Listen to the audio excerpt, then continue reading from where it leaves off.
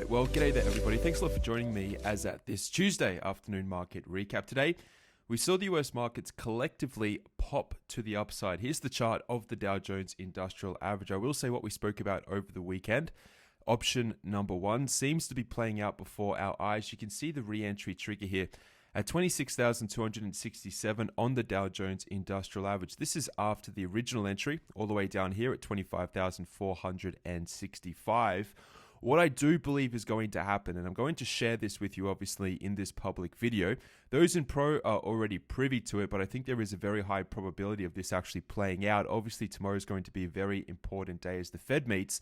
But essentially what we're doing right now is, again, we are coming back on up to retest this critical resistance area. The resistance area whereby we were up at all-time highs back in the months of April and also the months of May, until, of course, we moved into that correctional period that lasted for the entirety of the month of May. Since then, what we've done is developed that of an intermediate trend line that is working in conjunction with the macro primary bullish trend line on a number of markets. This is it on the Dow Jones Industrial Average. And as such, essentially what we are doing is we are creating that of an ascending triangle. Now, I know I'm zoomed in a little bit at the moment, but if you were to look at this sort of bullish trajectory of the support area coming up through here, this sort of horizontal line, not horizontal, pardon me, this angled line coming up, providing support to the market, and of course, the ceiling of the market up here on the Dow Jones Industrial Average at roughly 26,700, just below that. Essentially what we were speaking about was the potential and the likelihood of either the market coming back up into resistance, then rolling back on over, and then ultimately, right, progressing throughout the month of June, or what remains of June, into the month of July, and even potentially into the month of August, as we, if I can zoom on out a little bit, okay, as we near closer and closer and closer into the apex of, again, if I can just illustrate this for you, if I can use my blue line over here, that of the resistance area and the rising area of support. So essentially what we've done right now is we have seen a pretty decent pop. We've seen the markets up over 1% today, really collectively across the board, or very close to that sort of target or figure. But at the same time, it appears as though the actual opportunity for this market to run at the current juncture is rather limited. All right, so don't get overly excited about, I guess, the bullish start to the week, or it was at least a little bit of a slow session on Monday, but we certainly saw the markets kick into gear today as that Tuesday. The problem becomes, however, right, like it has done, not only in also April and May, but if we zoom out and show you this all the way back to September and October 2018, is that we're coming back up into this critical area of resistance. And personally, although I am still very much bullish on this market and we haven't deviated whatsoever in our analysis, even though, again, we have forecasted some of these corrections along the way, we are still essentially printing a series of higher lows. And this is very important. So again, we're in a consolidation whereby largely the market itself, depending on which fractal you're looking at, this market is still largely moving sideways. It is still largely contained between upper resistance, which is what we're drawing into at the moment, and also a multitude of support areas, depending on which horizontal line that you want to draw.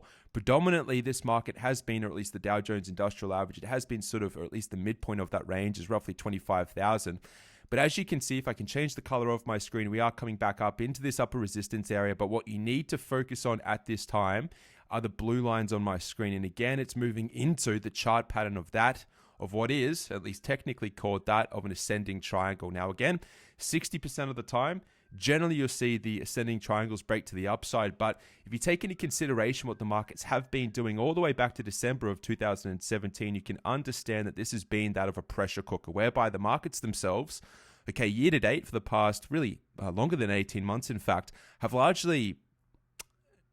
really moved anywhere, essentially materially speaking. Yes, we have seen, of course, these big sell-offs, these big rallies, but the overall net movement of the market of about 20 or so months has been pretty much flat, all right? And that just moves into, or buys into, whoop, I just moved my resistance area, let me undo that. But that sort of elaborates, or at least explains, the sideways stagnant market that we have been in. But this is just a process. It's a process prior to, of course, the breakout, which is still on the cards. And if we had to use this rising support area, you can see that really for the month of July will still be contained within it, but it comes towards the end of August where things are going to potentially heat up.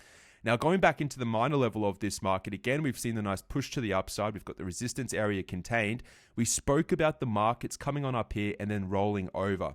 So if you see the markets put in a reversal towards the end of the week, potentially it may even be next week. We'll see what happens, especially tomorrow. Tomorrow is going to be a very interesting day for the markets. But if you get up to resistance and you see the very clear rejection, or at least the signals of the rejection, there's a very good chance that all three of the US markets, I know I'm only speaking about the Dow Jones Industrial Average, but there's a good chance that we come all the way back down to this rising area of support, whereby at this particular juncture, I'm projecting that it's going to be somewhere about 25,500 at this particular point. That's obviously subject, to change, all right, depending on time and depending on where we are in comparison with this extended line, right, into the future. But that is essentially the rising area of support that you're going to have to work with, or at least is laying the framework for you to actually take strategic trades. If you're wanting to trade the diamonds, all right, obviously I've just spoken about the Dow Jones Industrial Average, but when I bring it up into the S&P 500, the same is true again. If I can go on out and show you this is the primary bullish macro trend line, this sort of magnetic color line on my screen. This is the intermediate trend line pushing off from that macro primary bullish trend line. Here's the low anyway, established in the month of June, and this is giving us, again, if I can change the color of my drawing tool, this is giving us that ascending triangle on these markets. So again, expect the wave rotation to bring the markets back down, all right, back down into support, which is going to create, again, a subsequent higher low as we draw closer into the apex, upon which we'll still be looking for these markets to collectively, in the face of, again, a lot of pessimism out there, and understandably so, but ultimately to break out in the bullish direction, which of course works in conjunction with Dow theory, and of course that trend is assumed to be in effect until it gives us definitive signals that it has reversed. Those definitive signals are not going to be achieved unless we start cracking below this purple line on my screen all the way down here. All right, so although we got a pop, we have a little bit of a shooting star, a little bit of a gap. We've got an up wick as well. So it sort of takes the formation of a shooting star, although it's not technically a shooting star. It is, however, showing up at the right location or very close to it at a resistance area. And that shouldn't surprise anyone. The Dow Jones Industrial Average, the candlestick is a little bit different. It has been lagging that of the S&P and also the NASDAQ, but it is coming up very close to this all-time high. And when I change it over into the NASDAQ again, you've got this really nice breakout candle, or what appears to be a breakout candle. Past two entries, 7773. And most recently, I don't know if everyone or many people actually took this second one, because again, we've been talking about longer term accumulation and pushing those expirations out into the future, whereby all of this movement in here becomes rather immaterial. And we have been speaking about the support area, which is most likely going to be retested again. But again, most recently, 7917 has been that continuation entry back up into that resistance area on the NASDAQ, or if you wanted to actually take those Q trades. Now, one of the stocks we've been speaking about is that of Boeing Airlines, and we've just been patiently waiting for this stock. We had the entry here at 363.60.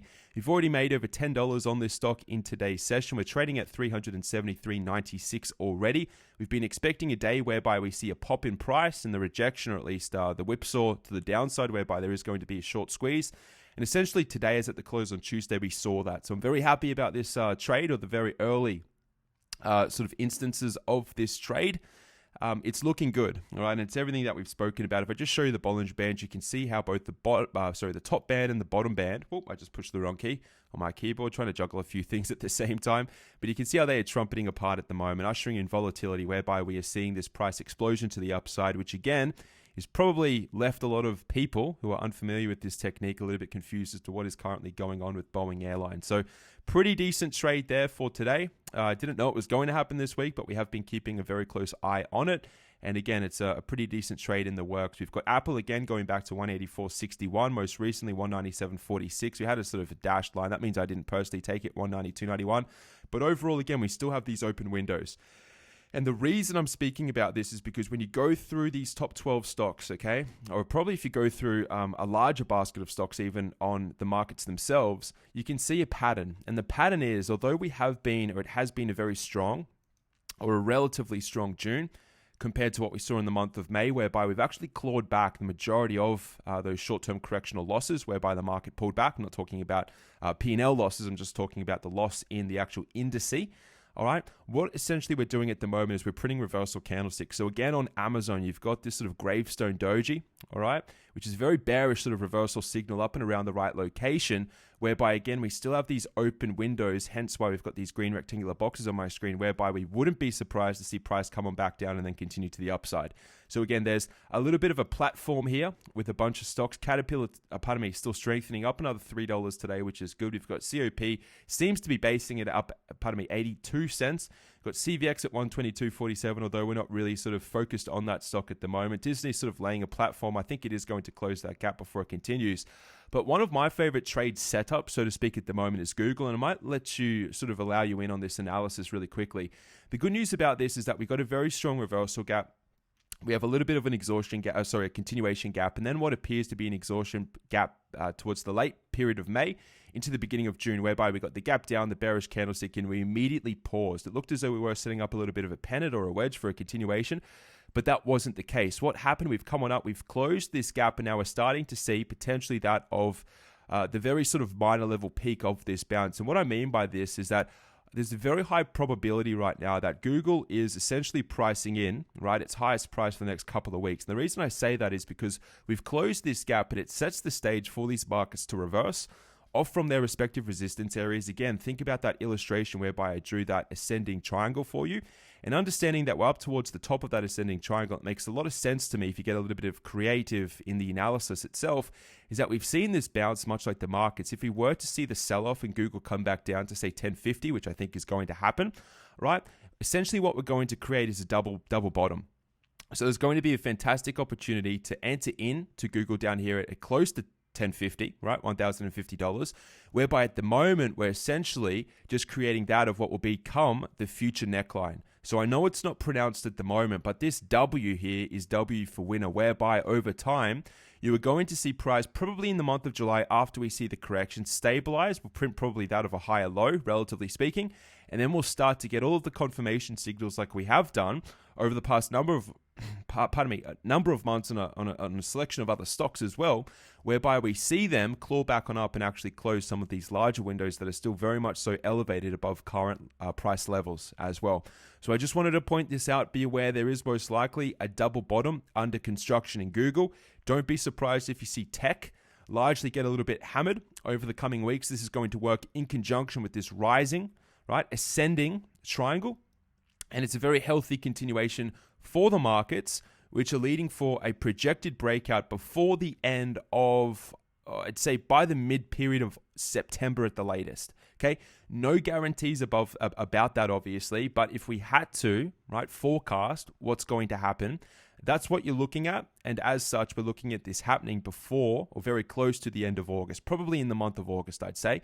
Generally, we don't move all the way into the apex. Obviously, we get the breakout very close to, right, the end of that apex pattern. So I just wanted to update you on that, everybody. If you have any questions, email me.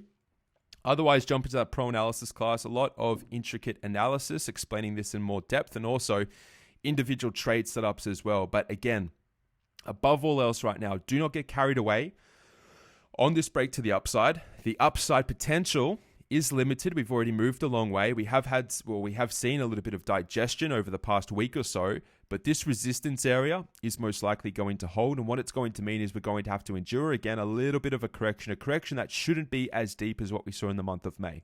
All right, just to sum it all up for you. Okay, but I'd love to see you in that pro analysis class. Other than that, everybody, I'm going to say farewell, and I'll see you later in the week with some more market analysis. All the best. It's James signing off on behalf of Pivot Point Trading. Goodbye.